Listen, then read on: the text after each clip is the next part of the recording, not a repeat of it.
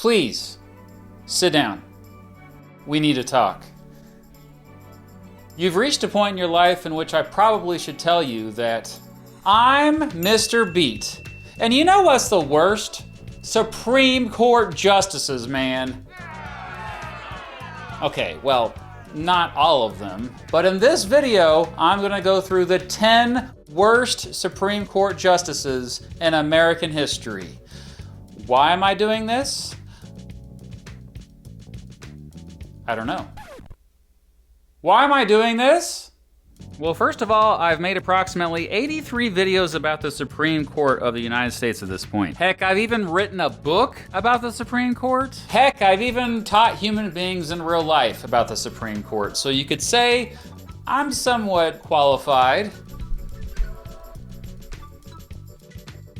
Well, nearly 3 years ago, I became the first and only person on the internet to release a video going over my top 10 favorite Supreme Court justices. It was a major hit, getting more than 2 billion views and 5 Academy Award nominations. That previous sentence was a lie.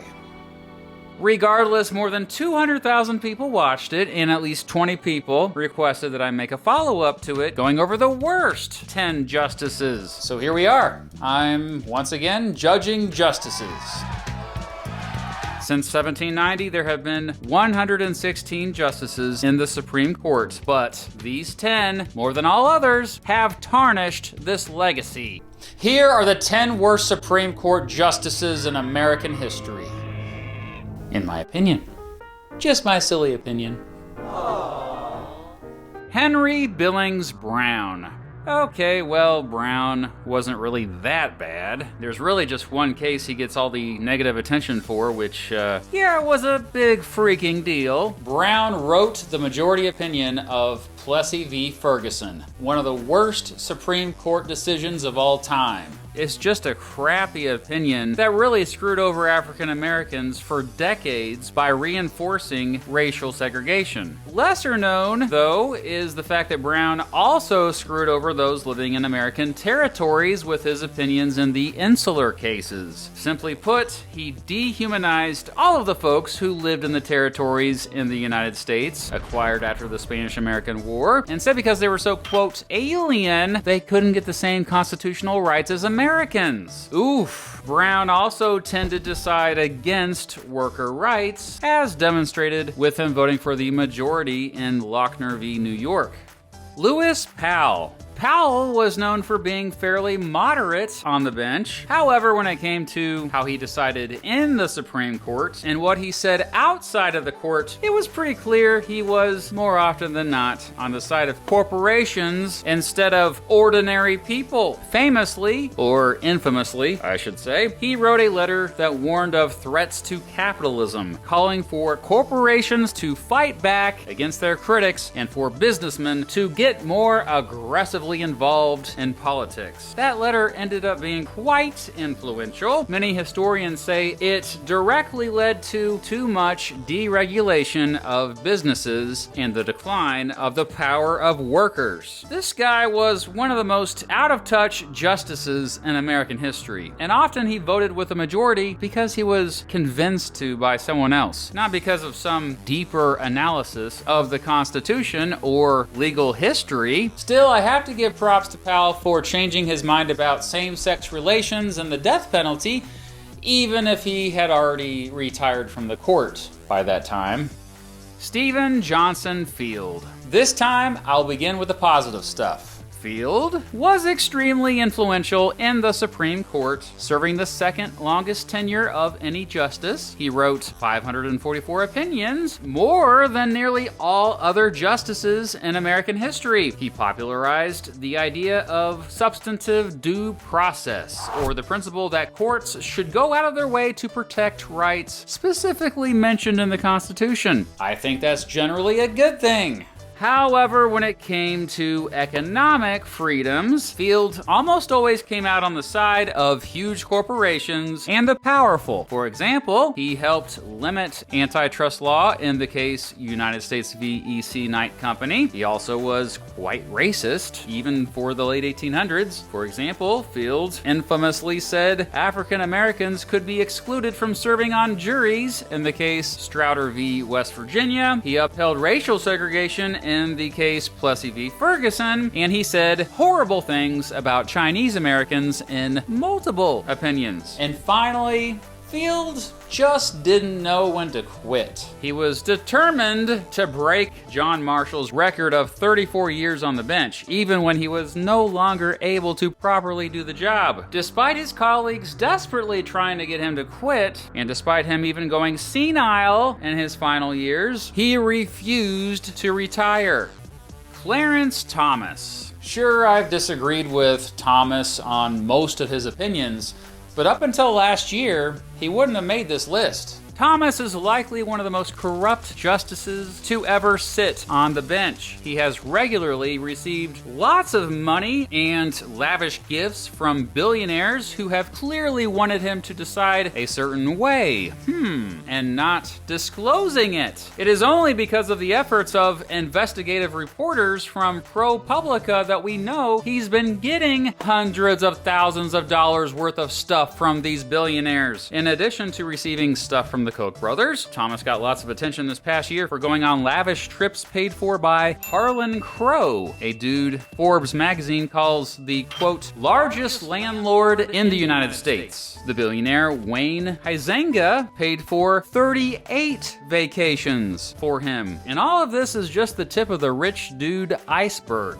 On top of that, the Washington Post reported that he has repeatedly not disclosed his earnings on his tax returns. You know, Thomas barely made it into the Supreme Court in the first place, and for good reason. The reason? A lawyer named Anita Hill credibly accused Thomas of sexually harassing her while he was her boss. Thomas's ancestors were slaves, and coincidentally, this next Supreme Court justice owned slaves.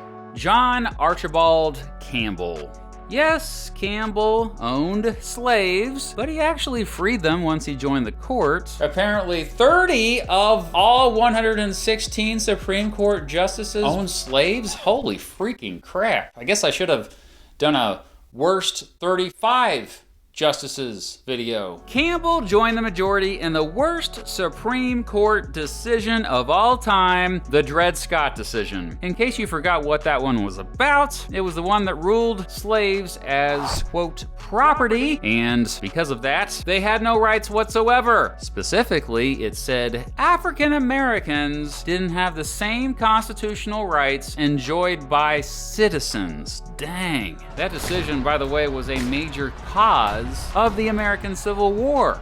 There are 4 reasons why Campbell isn't further up this list. First, I agree with his views on corporations. He once argued, quote, a corporation is not a citizen. It may be an artificial person, a moral person, a judicial person, a legal entity, a faculty, an intangible, invisible being, but it certainly is not a citizen. Second, he really did try to be as nonpartisan as possible. Third, most of the rest of the other on this worst 10 justices list also joined the majority of the Dred Scott decision. And fourth, James McReynolds. Enough said. Just wait till we get to that dude. Still, it's worth noting that during the Civil War, Campbell quit the Supreme Court to become the Assistant Secretary of War for the Confederacy. Ouch. John Catron. First of all, props to Catron for sticking with the Union after the Civil War began. Unlike Campbell, Catron fled Tennessee after the war broke out, leaving his wife and good friends behind in the name of preserving the Union. Okay, well, he was also getting death threats, so perhaps that's the real reason why he left. Catron also consistently had anti-corporate views while on the bench. Still, not only did Catron also join the majority majority in the Dred Scott decision. He was an outspoken supporter of slavery throughout his legal career, and yes, owned many slaves. In fact, he had a sexual relationship with one of his slaves, Sally Thomas. They had a son together. Catron didn't deny the kid being his, but the kid still was born into slavery. Oh, but don't worry, Catron gave his son 25 cents throughout his life. That's like $8 in today's money. So generous. James Wayne. Yes, Wayne also joined the majority in the Dred Scott decision, having a significant influence shaping the majority opinion, even if he didn't write it. And yes, he also owned slaves. And before he joined the court, he was all about forcing Native Americans out of his home state of Georgia. His most significant opinion on the court saw him defending a giant bank trying to get out of paying taxes. Wayne's not higher up this list because during the Civil War, he remained loyal to the Union, despite his own son leaving the United States Army to fight for the Confederacy. Because of this, Georgia took away his citizenship, even seizing his property and labeling him an enemy alien. Peter Vivan Daniel. Daniel also joined the majority in the Dred Scott decision, saying, quote, "The African Negro race never have been acknowledged as belonging to the family of nations." And yeah, he owned slaves throughout his life, strongly defending slave ownership whenever he got the chance. In general, Daniel feared change more than most. His reactionary views revolved around his belief that state governments should be much more powerful than the federal government. There was only one notable exception to this, of course. In the case Prigg v. Pennsylvania, he argued states shouldn't have the power to control people who caught runaway slaves. He wrote 74 opinions, and in most of them, he was just talking trash, often sounding like a grumpy old man. Oh, and he killed a dude in a duel. Now, personally, I'm against murder. James McReynolds. Whoa, the second worst Supreme Court justice in American history? Didn't join the majority in the Dred Scott decision? Well, he probably would have been if he was on the bench back then. McReynolds was, not a good person. Appointed by President Woodrow Wilson because of course he was, McReynolds was extremely racist, easily agitated, intolerant of anyone who had a different opinion than him, and consistently just straight up rude to his colleagues. He was anti-Semitic, freaking out when he found out President Herbert Hoover was considering nominating a Jewish person, Benjamin Cardozo, to the court. He urged Hoover to not add, quote, another Jew to the bench. After Hoover did anyway, McReynolds reportedly said, quote, it seems that the only way you can get on the Supreme Court these days is to be either the son of a criminal or a Jew or both. He rudely read a newspaper at Cardozo's swearing-in ceremony. After that, McReynolds never even spoke to Cardozo. How racist was he? Well, here's a little example of his racism. During oral arguments of the case Gaines v. Canada, while a distinguished African-American lawyer named Charles Houston argued in favor of desegregating the University of Missouri's law school, McReynolds literally turned his chair around the entire time Houston spoke. He was one of two justices who ruled against an innocent African-American accused of sexual assault in the case Powell v. Alabama. Oh, and he was sexist too. When a female lawyer presented oral arguments to the court, he wouldn't just turn his chair around and ignore her. No, he would leave the room entirely. In general, he was just grumpy and hard to work with. Plus, most of his legal opinions sucked. He generally sided with corporations over workers and was way too outspoken against President Franklin Roosevelt's New Deal programs that directly helped people in need during the Great Depression. Strangely enough, McReynolds reportedly could be quite kind outside of the courtroom. Also, it's kind of sad, but he died alone. Not one of his Supreme Court colleagues attended his funeral when he died in 1946. Compare that to the funeral of his African-American messenger, in which 6 of his Supreme Court colleagues attended. And the worst Supreme Court justice of all time? Well, this is probably not a surprise to most of you. Roger Taney. Taney's name will forever be tied to his majority opinion in the Dred Scott decision, in which he said, and I'm not even joking here, he said, quote, "In the opinion of the court, the legislation and histories of the times and the language used in the Declaration of Independence show that neither the class of persons who had been imported as slaves nor their descendants, whether they had become free or not, were then acknowledged as part of the people." He also wrote that African Americans were, quote, "considered as a subordinate and inferior class of beings who had been subjugated by the dominant race and, whether emancipated or not, yet remained subject to their authority and had no rights or privileges but such as those who held the power and the government might choose to grant them." And sure, Taney also owned slaves throughout his life and also generally sided with states' rights. Well, again, unless states were trying to stop slave catchers, that is. But him being responsible for the Dred Scott decision puts him at the top of this list, especially since he was Chief Justice at the time. Most people don't realize that Taney was actually quite well respected before this decision. But my, oh my, how quickly history can turn on you. So there you go. Those were the 10 worst Supreme Court justices in American history, in my humble opinion. The ones who hurt the country more than any other. In case you are being extremely weird and have forgotten, please check out my series about landmark and other important Supreme Court cases called Supreme Court Braves. Oh, and my book about the Supreme Court, The Power of Our Supreme Court, now has an audiobook and is apparently on sale sometimes. So that's pretty cool and stuff. And once again, I've posted my updated Supreme Court Justice scorecard in the description of this video so you can see how all of them did, but please remember that not every justice is on that list, and I haven't looked at every case every justice has decided on yet.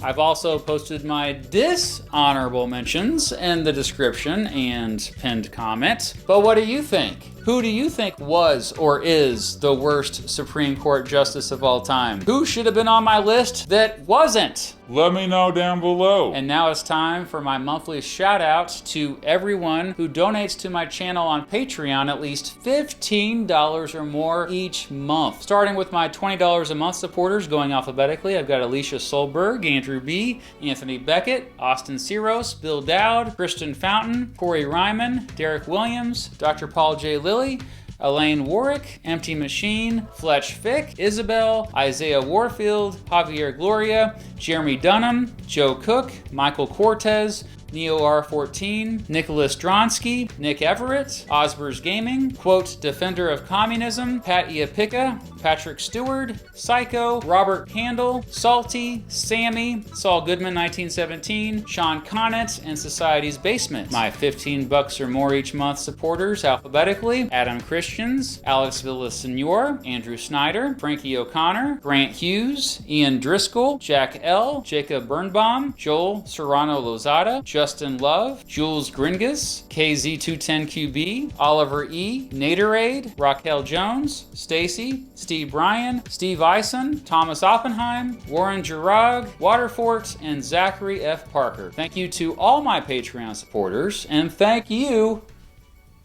for watching.